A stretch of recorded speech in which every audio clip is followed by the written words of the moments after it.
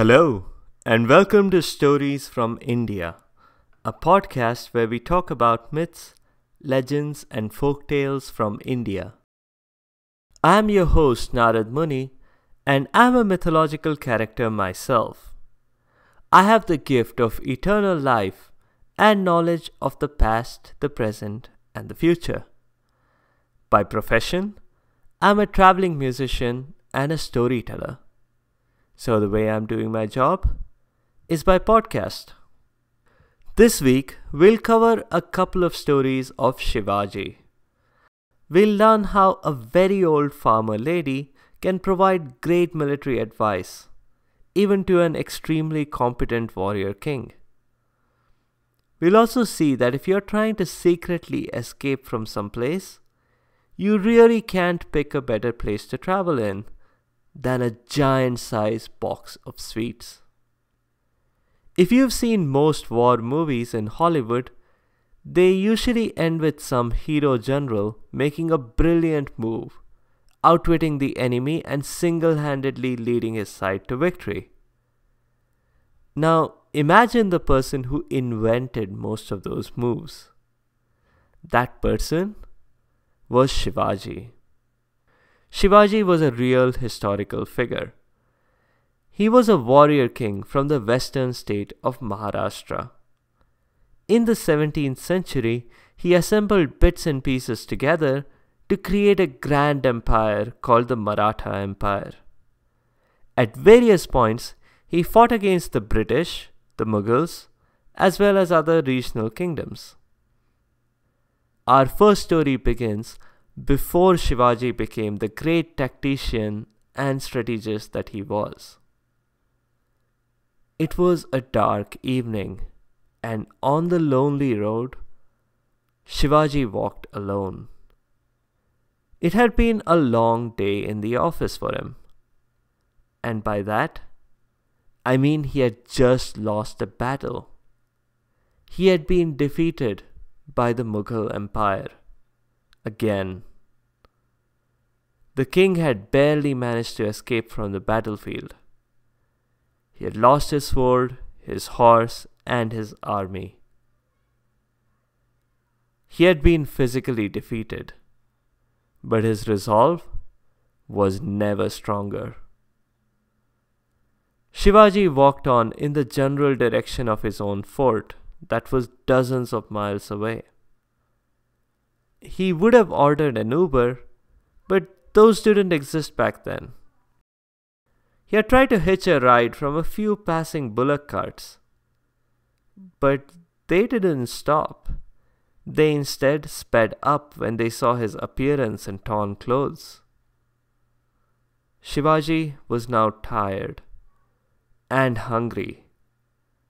Not surprising, because in the middle of a battle, you don't usually get a lunch break. He spotted a farm and a tiny light in the distance and headed towards it. When he knocked on the door of the tiny hut, a very old lady opened up. She had poor eyesight, natural for her age. Eyeglasses had been invented, but weren't widely available to the public back then, especially not in 17th century India. She mistook him for an ordinary soldier in Shivaji's army. And Shivaji was too hungry to bother correcting her. He very politely requested some food. She was more than willing to provide some light conversation as she prepared food. And as was to be expected in a lady who had been around through multiple administrations, she began roundly criticizing the current one. "I know he's your king," she began, "but I have no hesitation in saying some of his policies just don't work. Look how he's been funding his failed wars against the Mughals." Shivaji had to bite his tongue, both metaphorically and literally, because he was extremely hungry by now. The food was finally ready, and the old lady served Shivaji a nice plateful of rice and lentils, fresh off the stove.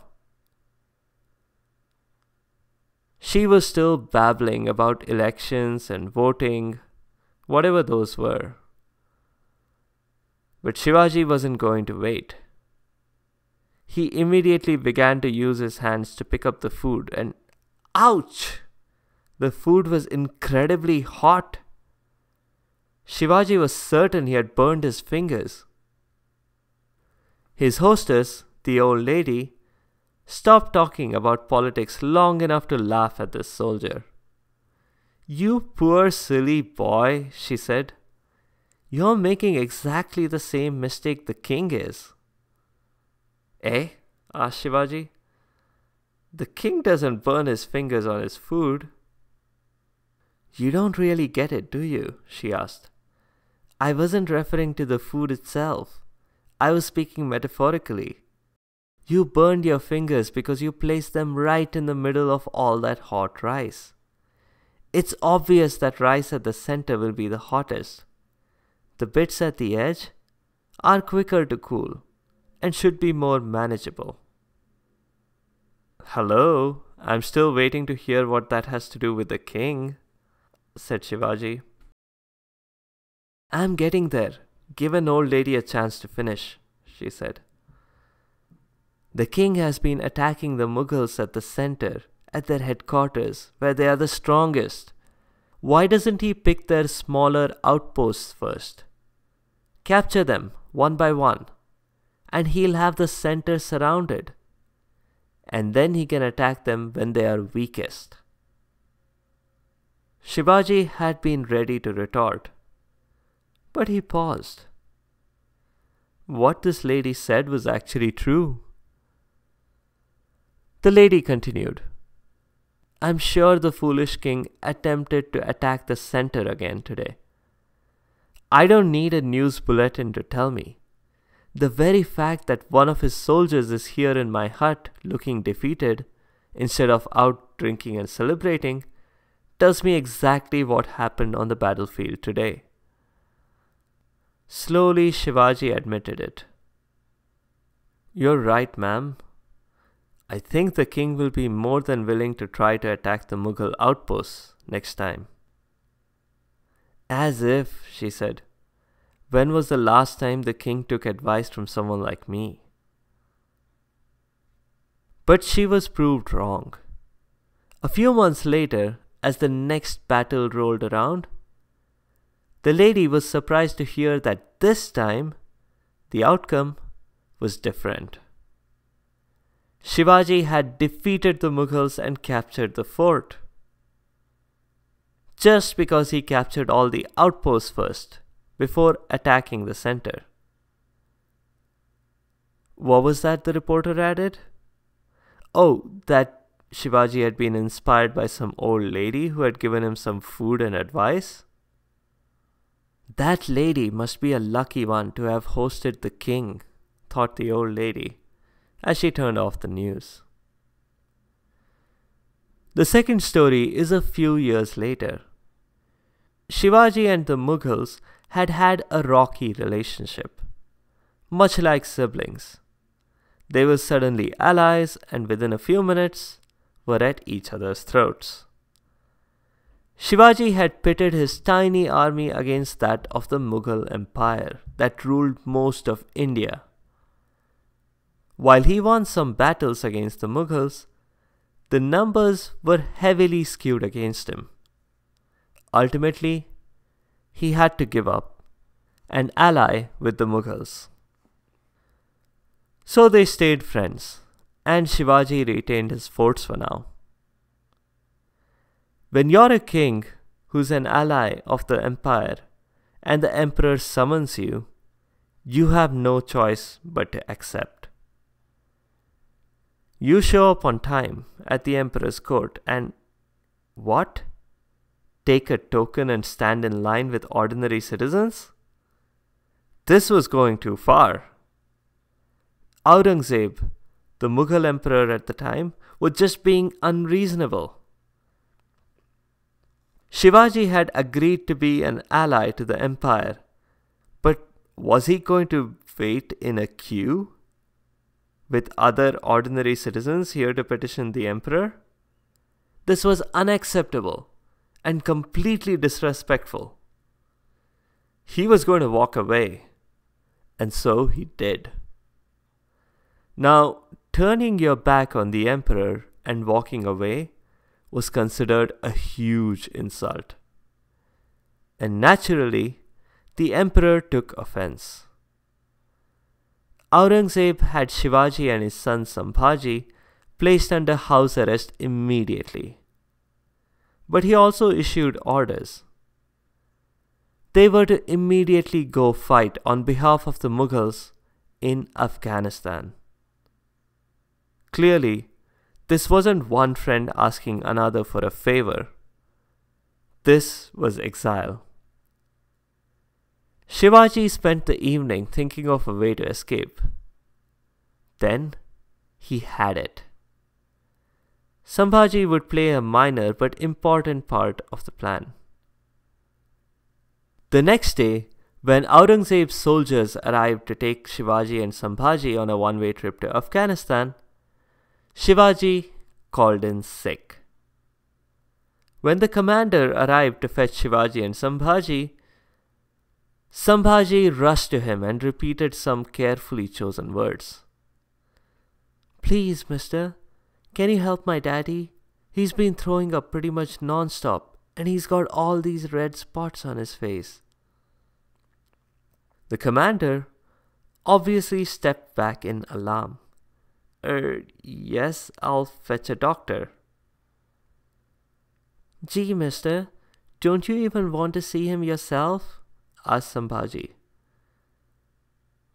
"Careful, don't push it," thought Shivaji from the other room. The commander replied, "A doctor is a better idea. Not that I don't want to see your dad, despite the risk of contagion. It's just better to leave this in the hands of the professionals, huh, Sonny?" So a doctor was summoned. But doctors are humans just like everyone else. And humans are susceptible to bribes. In the earliest recorded example of medical fraud, Shivaji bribed the doctor into giving him a false diagnosis. The doctor recommended quarantine and sweets, lots of sweets. If that couldn't cure this disease, nothing else could. Somehow the commander bought it, even when the doctor said the disease was called sweetitis. So every day, big boxes of sweets were brought in. And the big boxes were taken out. Shivaji ordered a couple of crates of sweets to be delivered every day. He'd eat a bunch, but pass the rest of the sweets to the poor in the city. Did he actually get better? Definitely. There was some improvement once he started eating sweets. But Shivaji was still far from capable of going into battle in Afghanistan. The doctor attested that it might take him a while to heal. The first few days that Shivaji sent out sweets to the poor, the crates were thoroughly examined, both going in and coming out. But only for a few days. Beyond that, the guards didn't really care. What was the point of disassembling those crates, seeing all those yummy sweets and not being able to eat any of them? So they just stopped checking. Now, that might not seem logical, but we have a modern day example of the same logic, with some people in power preferring to stop testing to bring their COVID-19 numbers down. Shivaji had been waiting for the soldiers to go complacent. The next time the sweet crates arrived, Shivaji and Sambhaji would make their escape inside the crates, covered by sweets. As they stayed hidden, they could hear the gruff voices of the soldiers. But no one bothered to check inside the crates again. And that is exactly how Shivaji made it back to his fort. Technically, he was given to a few poor people, but they were easy to bribe. Shivaji had again got out of a pickle. That's all for now. Some notes on the show. Some of Shivaji's clever tactics included creating and placing forts in very strategic locations. And he was one of the first to realize the importance of having a navy. Clearly, the first story is a work of fiction. It's too disrespectful to Shivaji to even think that he hadn't actually considered capturing the smaller Mughal outposts first. A similar story has been attributed to Chandragupta Maurya as well, who was another king in medieval India. That's all for this week. If you have comments or suggestions, please leave a comment or a review on the site sfipodcast.com or tweet at sfipodcast. You can also find me on Instagram and Facebook. Be sure to subscribe to the show to get notified automatically of new episodes. Thanks to all you listeners for your continued support and feedback. The music is from purpleplanet.com. That's purple-planet.com. In the next mini episode, we'll meet a character from the Mahabharata who was Krishna's uncle's father-in-law. He has an interesting birth story. I like to think of him as the Lego King, because when he was born, he came with a "some assembly required" label. Ultimately, he was killed by Bhim, who basically just disassembled him. I'll see you later.